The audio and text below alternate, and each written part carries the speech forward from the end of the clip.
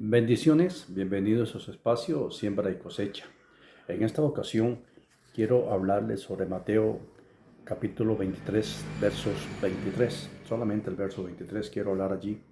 Quiero tocar algo allí bajo el tema a qué se refería Jesús cuando increpó a los fariseos y escribas y fariseos en esta ocasión.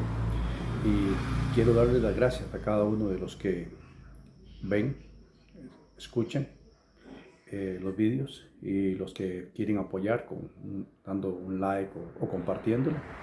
Como he hecho en otras ocasiones, la idea es ir progresando en el sentido de que más personas puedan escuchar los vídeos, que más personas puedan ser beneficiadas con el material que pretendo desde lo profundo de mi corazón que sea de bendición para la edificación de la iglesia, para la edificación de los que les gusta la palabra de Dios y para aquellos inclusive que no conocen de la palabra de Dios y que pueden ser que se encuentren el canal, aunque sea por casualidad, y tal vez una palabra de ella puede tocar sus corazones a través del Espíritu Santo y llegar a los pies de Cristo.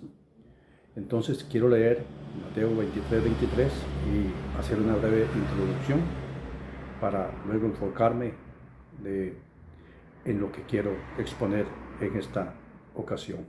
Leemos en el nombre del Padre, del Hijo y la comunión del Espíritu Santo en Mateo 23. Dice la palabra del Señor así: Ay de vosotros, escribas y fariseos hipócritas, porque diezmáis la menta y el eneldo y el comino, y dejáis lo más importante de la ley, la justicia, la misericordia y la fe. Esto era necesario hacer sin dejar de hacer aquello. Que el Señor añada bendición a su santa palabra. Cuando Jesús les habló a los escribas y fariseos, siempre lo hizo desde la perspectiva de atacar su religiosidad y no su religión. No sé, me explicaré un poquito más. Estaba atacando sus prácticas y cómo se hacían las cosas, no la religión, o sea, no el tratar de religar con Dios, de acercarse a Dios, sino la forma en que lo hacían. De muchas maneras les habló, pero en esta ocasión fue quizás la de mayor objetividad, a retarlos directamente con la letra de la ley. O sea, les enfocó directamente la letra de la ley y de pasar por alto, al espíritu de la misma. O sea, le estaba retando que ellos estaban cumpliendo la letra de la ley, pero pasando por alto el espíritu de la misma. Hoy veremos a qué estaba Jesús atacando en verdad y que su fin era no solo despertar una conciencia adormecida en ellos, sino que el pueblo viera de qué cosas debían tener cuidado y a las cuales obedecer con reverencia y de forma integral. Para, luego de haber introducido, quiero ponerlos en el contexto de lo que se estaba dando, en el contexto central del versículo. O sea, centralizar el contexto de este versículo. Jesús censura a los líderes religiosos por su hipocresía. Se enfocaban meticulosamente en los detalles externos y rituales de la ley, como en el caso del diezmo y las especies. Aquí Dios está censurando que ellos hacían las cosas de tal manera para cumplir la ley que aún lo mínimo, que eran las especies, las más pequeñas, de ellas aún diezmaban, mientras que ignoraban los principios fundamentales que definen la verdadera relación con Dios y con el prójimo. ¿Cuáles? La justicia, la misericordia y la fe. Estos tres elementos resumen la esencia de una religión interna y práctica en contraste con una religión basada solo en apariencia. Con este contexto, o sea, poniendo este verso en contexto, quiero hablar ahora respecto a estas cosas que ellos habían dejado de hacer o que estaban pasando por alto, creyendo que con solo cumplir la letra ya estaba bien. ¿Pero a qué y cómo? ¿Qué es lo que había pasado con ellos? Vamos a centrarnos allí en la parte propiamente donde comienza la justicia. La justicia es el primer paso. habían dejado la justicia. ¿Y qué tipo de justicia o cuál justicia? Bueno, la justicia es en el sentido bíblico del mishpat. Se refiere al actuar de manera recta.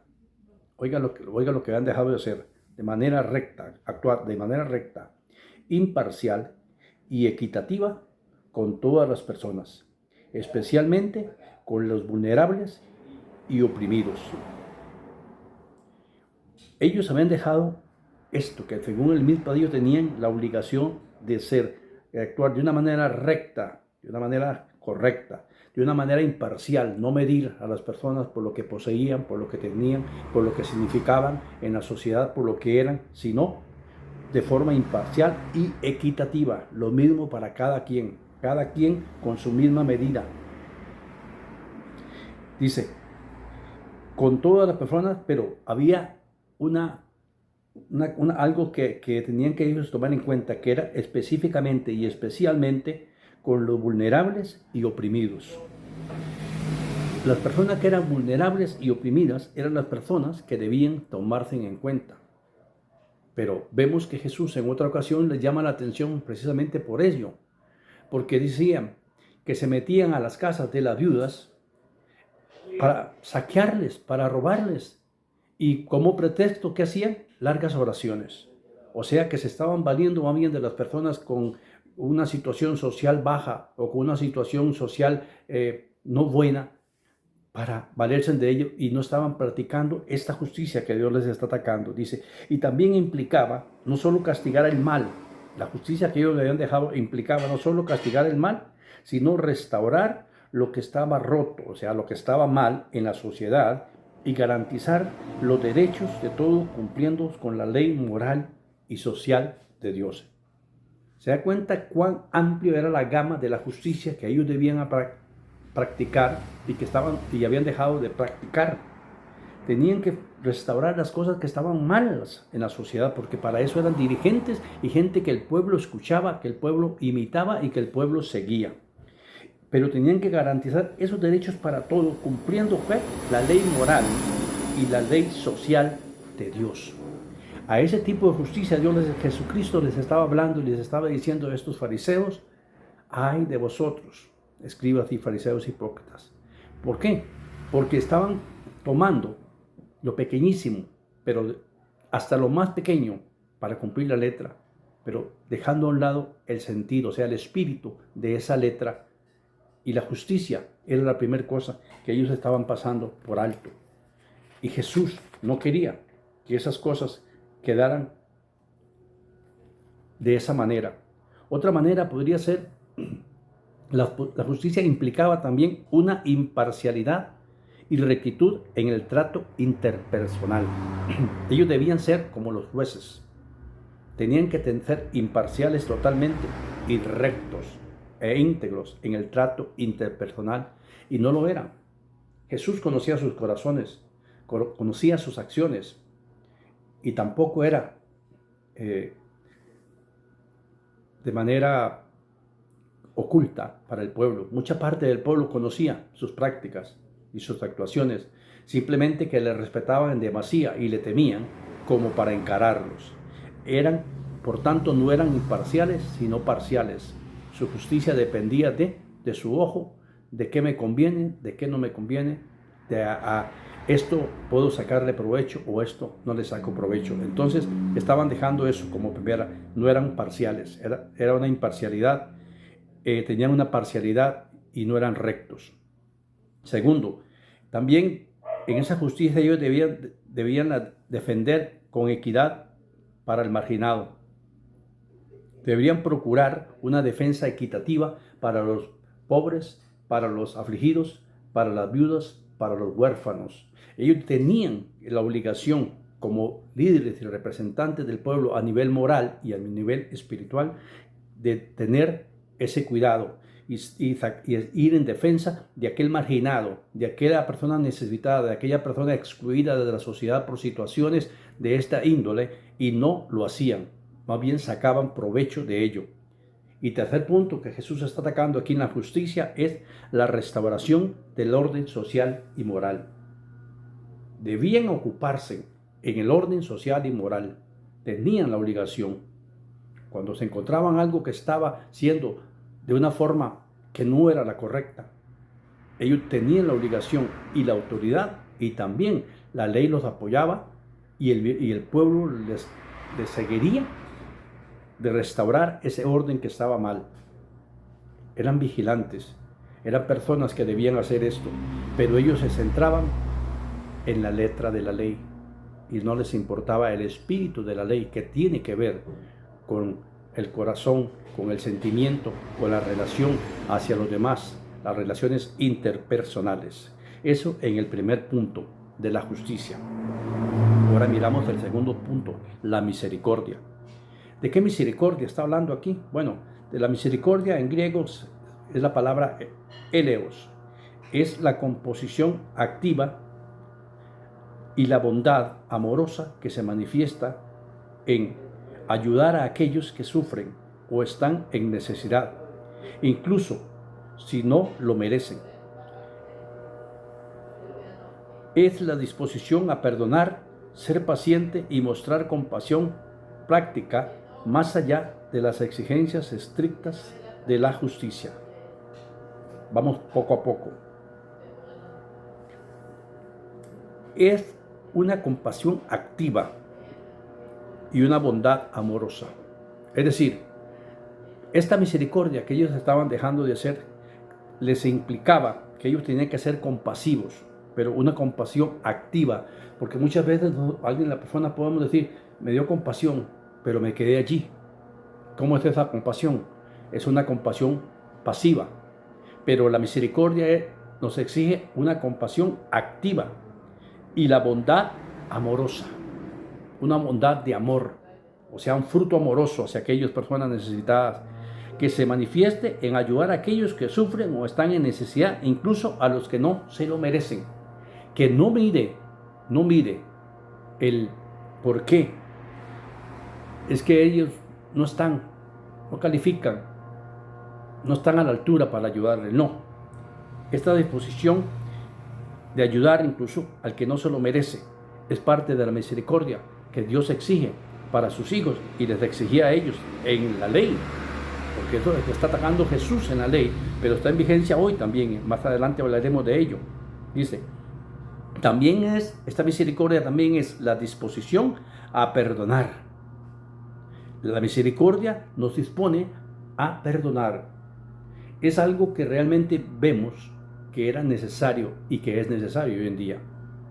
Jesús los estaba atacando y confrontando por tener una religiosidad aparte del sentimiento en el corazón. ¿Qué nos dice a nosotros? Aunque quisiera verlo más adelante, pero es que esta parte me mueve.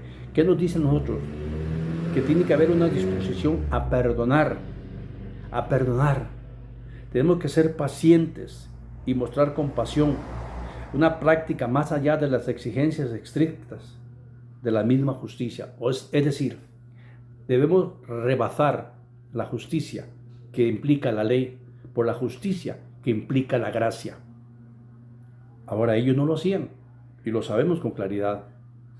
Dios les estaba atacando porque ellos no eran perdonadores. Recordamos de la escena cuando le trajeron a la mujer que fue captada o tomada en el mismo acto de adulterio, dice la escritura, se la trajeron. No mostraron ninguna compasión ni ninguna misericordia. Se valieron de esa situación para ver si podían confrontar al maestro de manera tal que él quedara mal ante el pueblo. Querían que la mujer fuera apedreada porque eso le exigía la ley, pero el verdadero sentido era usarla. O sea, siempre andaban buscando sus propios beneficios, sus propios provechos. Entonces no estaban en ninguna disposición de perdonar a nadie. Ellos creían que con ser esas personas tan grandes, con esas filacterias tan amplias, tan ampliadas, con esos flecos grandes, expandidos, y que los vieran orando en las esquinas y que los vieran haciendo que las campanitas sonaran cuando echaban limosnas en las sinagogas, que con solo eso era suficiente. Pero Dios estaba atacando ese tipo de religiosidad. También representaba esa misericordia, o representa la imitación del carácter de Dios hacia la humanidad. Ellos como representantes de Dios tenían que mostrar el carácter de Dios hacia la humanidad. ¿Cómo es el carácter de Dios hacia la humanidad? Compasivo, misericordioso, bueno, sano. Pero ellos no mostraban nada de esto. Ellos mostraban a un Dios terrible, a un Dios solamente de castigo, a un Dios solamente que implicaba que el que fallaba a ese Dios estaba condenado, que estaba completamente acabado. Pero eso no era el verdadero carácter de Dios hacia la humanidad. Ahora, entonces, primero, una compasión activa hacia el sufriente y necesitado. Segundo, de esta misericordia, una bondad amorosa y un perdón más allá del mérito. No perdonar porque lo merece, no.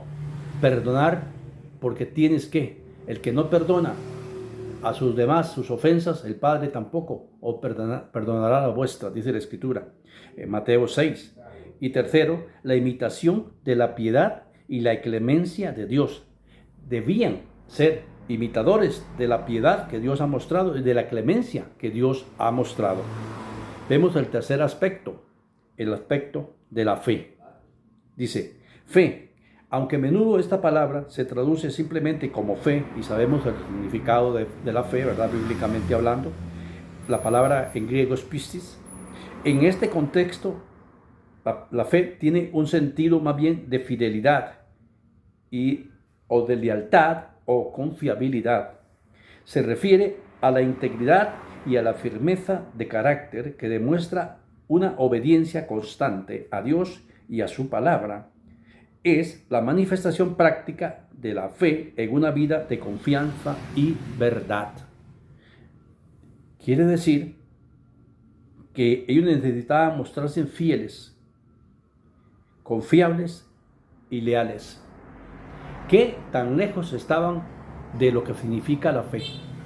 ¿Qué tan distantes estaban de ese objetivo, siendo principales, siendo líderes, siendo los meros del lugar? Sin embargo, Jesús les ataca porque Él está contrario a eso.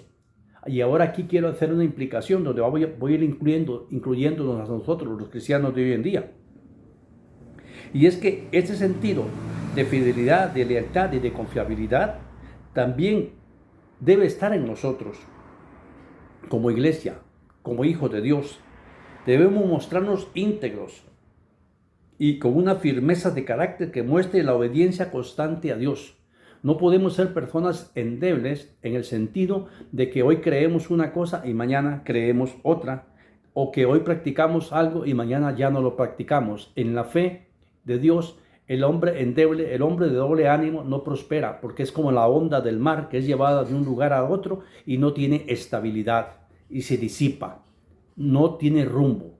Así es una persona que no tiene un carácter firme, así es una persona que no tiene integridad, que se desintegra, que es una persona aquí, pero es otra persona allá, que cuando le conviene está de este lado y cuando le conviene está del otro. No, eso no es confiabilidad, eso no es fidelidad, eso no es lealtad. Al que se muestra fiel tiene que ser leal. ¿Ok? Y dice que es la manifestación práctica de la fe en una vida de confianza. ¿Cuál es la manifestación práctica de la fe en una vida de confianza? Que no importan las circunstancias, que no importan los problemas, que no importa qué esté pasando, usted se mantiene firme en sus convicciones, confiado en que hay un Dios en el cielo que le va a ayudar, que es un Dios que está en el cielo que le va a sacar adelante y que le va a dar victoria. A eso es lo que Jesús está llamando a estos fariseos y nos está llamando a nosotros. Entonces, dijimos, fidelidad, integridad y lealtad a Dios como fe, confianza constante y obediencia firme a la palabra de Dios y una veracidad y confiabilidad en el carácter personal. Ahora, podemos quedarnos allí, pero dice Jesús, les dice que no importa que hagan lo que estaban haciendo, refiriéndose en esos momentos a ese diezmo que estaban ellos dando de la pimienta, del eneldo y del comino, pero que esto era necesario hacer sin dejar de hacer aquello. Y ahora aquí aplica a nosotros los cristianos. ¿Por qué aplica a nosotros los cristianos?